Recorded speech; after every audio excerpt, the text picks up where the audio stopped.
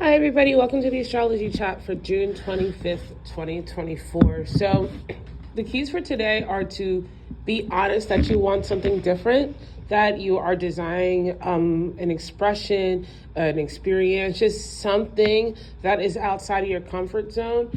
And the key to being aware of using this is to allow yourself to go for it. Go for that thing, reach out, learn the lesson, learn the communication, go to the group, do the research, look up the classes, do something that puts you in those situations. And while you're doing that, be graceful with the things that you're realizing you just don't want anymore. And there can be this irritation in the transition that we have to be mindful about. When you're irritated during the transitions between A and B, C and D, whatever, there is this space where you don't quite see yourself where you want to be, but you also know you're not where you used to be before. And this is where faith has to come into the equation, or the practice of faith. Faith doesn't just disappear. It's something that you practice, much like joy and understanding and forgiveness. And today really calls for you to be aware of the space, the need for space, and even cultivate it if you have to. And I say this because we have the moon in Aquarius. The moon in Aquarius is all about that authentic energy, that's the expression, the progressiveness. Remember, this is still a house of Saturn traditionally. So this is Saturn going beyond what it used to do because it knows it needs new structures to have stability, right?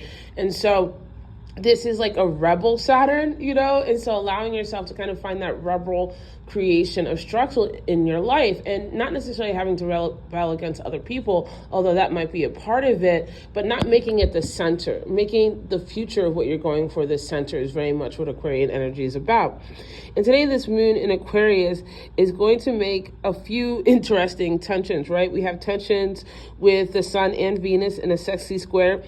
That's saying how you feel and what you want to express aren't necessarily hitting, right? There's this awkwardness that we have during the day, especially with the in conjunction to Mercury. Words don't necessarily come really easily. They're going to be stumbling. You might put your foot in your mouth, and that's okay. Breathe, address, and keep it moving. This is, again, allowing yourself to get comfortable with finding the joy and finding the space in the moments between.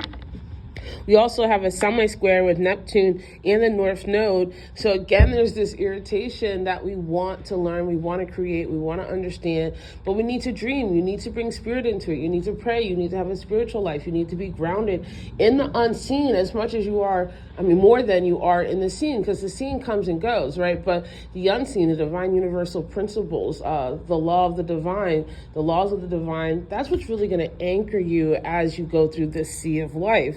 We do have a sextile to Chiron that says, actually this is really good for you to be having these considerations, to take this time to make your healing a part of your daily practice. I was in meditation this morning and the Holy Spirit said to me, if you're not ever at a point in your life growing in some way, then you're not living. And so there's also divine quest to seek what's uncomfortable, to seek the boundaries of what you know and what you understand so that you can connect to the divine more. Now, we do have also a square to Uranus, so there's wild card energy all around.